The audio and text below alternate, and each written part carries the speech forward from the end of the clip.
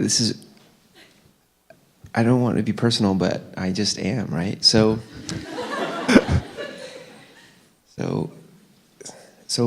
like Dave, I mean, I've never thought of you differently, and I don't know why.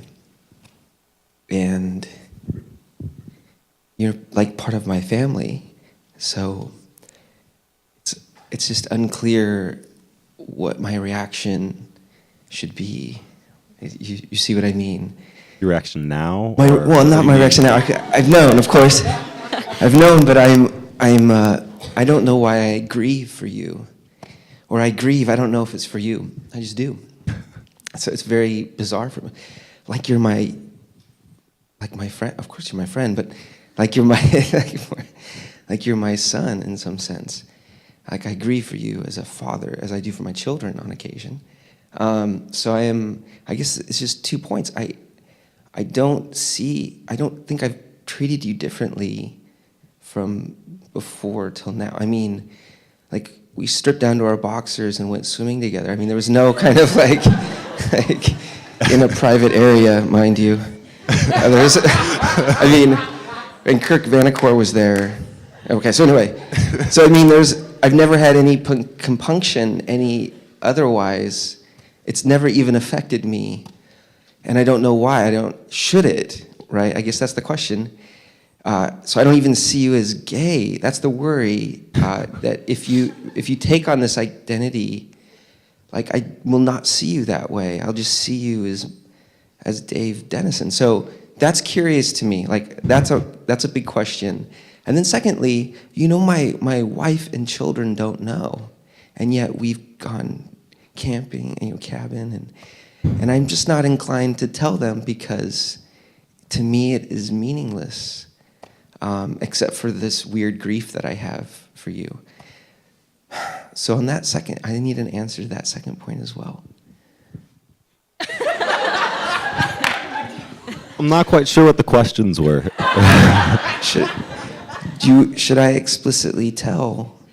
Like, is it a big deal enough to explicitly have a sit-down talk? No, not remotely. Huh? No. Okay. Like, yeah, it's a part of who I am, and if people want to know or I feel like it's relevant, I'll tell them, but at the same time, it's not like it won't change everything. Like, I agree with you completely when you said, things aren't any different than before than now. Like, you just simply know me better, But no, I don't think there is any necessity for that. Thank you. And then, just sorry, this last point. Why do you think I grieve? Can you tell that story for me? I mean, do you have any offhand thoughts? Because there is a sadness to it. I shared my own, and I shared my parents and the grief that they have to go through, because perhaps their story is most closely tied to mine. But the thing is, all of our stories are tied, I guess, so whenever someone we are close to grieves, we grieve with them. We understand that loss and we see that loss, and so we grieve for them, with them. I don't know. I'd like to follow up on Brian's observation about his own peculiar psyche, which some of us who know him know about, but specifically to the point that he finds it strange that, once he knew you as David, philosophy student, David. Then he came to know you as a person who's gay.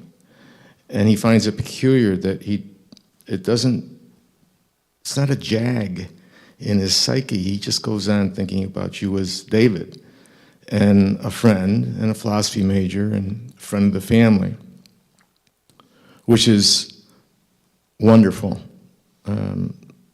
And I with gay friends that I have, it's the same. It's just that you don't go around thinking, wow, I'm with my gay friend now. It's just you're with a friend. But my question is this, I guess for each of you, what grieves me is to imagine the reverse about how you must go around through life, being zapped by something that is so culturally uncomfortable with your Christian upbringing and all. But do you envision a time when you're going to be able to see yourself and feel about yourselves as you are just wonderful, beautiful human beings, but here you are, the spotlight is on you as gay people, queer, and it's something you carry with you, is it? I mean, you're an outsider, you're at the edge. Are you? Do you feel that? I don't go around thinking of myself, gee, I'm straight, I'm a heterosexual. I don't think about that. I just think about me as me and screwed up like everybody else in general. But do you go around thinking, and how much do you think of it as an issue in your consciousness, and is there the hope, or do you want the hope to be just that you respond to yourselves as Brian responds to you, just as a human being? I would say the hope is that everybody would respond the same way as Brian, in the sense that there is no difference. But responding to your question about your awareness of it, I think when you fit the norm, it's not something you have to pay attention to. Nobody, most people in here are white. Most people aren't going to think about the fact that they're white, but somebody who's of a different ethnicity will probably be far more aware of that just because they are in the minority. Being marginalized, you are hypersensitive to the fact that you are different, and because of that difference, you are more aware of that than most people would be aware of their own sexuality, just because of the fact that you are different. And then to take up another part of your question, I've always felt like myself, even in the moments when, I had this realization, like, crap, I'm totally gay. It never changed the way I thought about myself. What grieved me was that I felt the same and other people started to feel different, I think. Particularly the church. I think the trouble was that when the thing that is supposed to comfort you is what is wounding you, that's the trouble. My question, having grown up in a small Christian school for about 10 years, I was the class outcast. So I don't pretend to know exactly what you're feeling, but I do. I'd like to think that I know what it feels like to be marginalized somewhat for being the fat kid, or for being slow, or for being the smart one, or for being all three at once. I have at times wondered about that feeling, like you talk about, of grief, and of dealing with that past pain. And you've mentioned grief. We've been talking about it for a few minutes now. And I wonder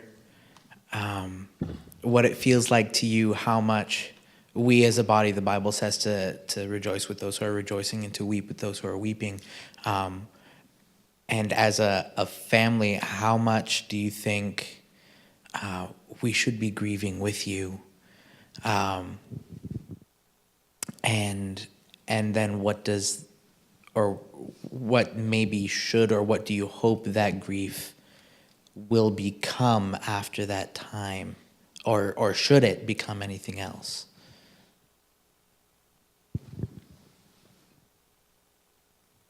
Absolutely. In my piece that I wrote, I talked about the story of Job and how the people who came supposedly grieve with him were trying to convince him that he was wrong in his grief, and ultimately delegitimizing his grief. So I think it is important to learn to just sit with someone and grieve with them, regardless of whether you agree with them or not. In the same way, that's why I hope to be able to recognize the pain of my parents and grieve with them, even knowing I might be the cause of their pain. But just to be able to be there for solidarity, I think is important. But as I also said in my piece, you can't mourn forever. I can't mourn for the rest of my life this future that I wished or hoped that I could have had. You know, to a certain extent, you just have to let the past be the past. You know, when someone dies, you mourn for a certain period of time, and then you have to come to a point of acceptance. And that is the point I'm coming to, you know. My concern then is for those around me, for my family. Will they come to that point of acceptance, or will they forever grieve? You know, I don't know.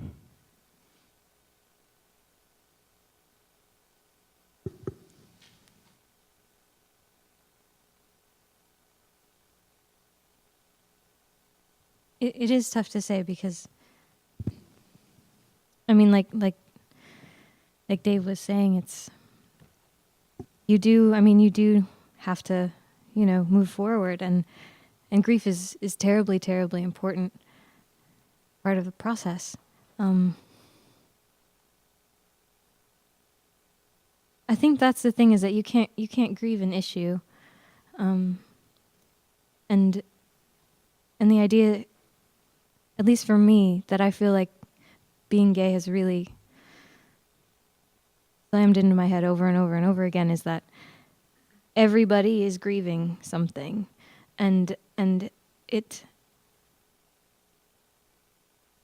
content of what you are grieving isn't the point so much as the fact that everyone is grieving, and meeting people at a place where they feel safe to grieve and thus safe to move on is, in my opinion, the point of any relationship, and the point of the church.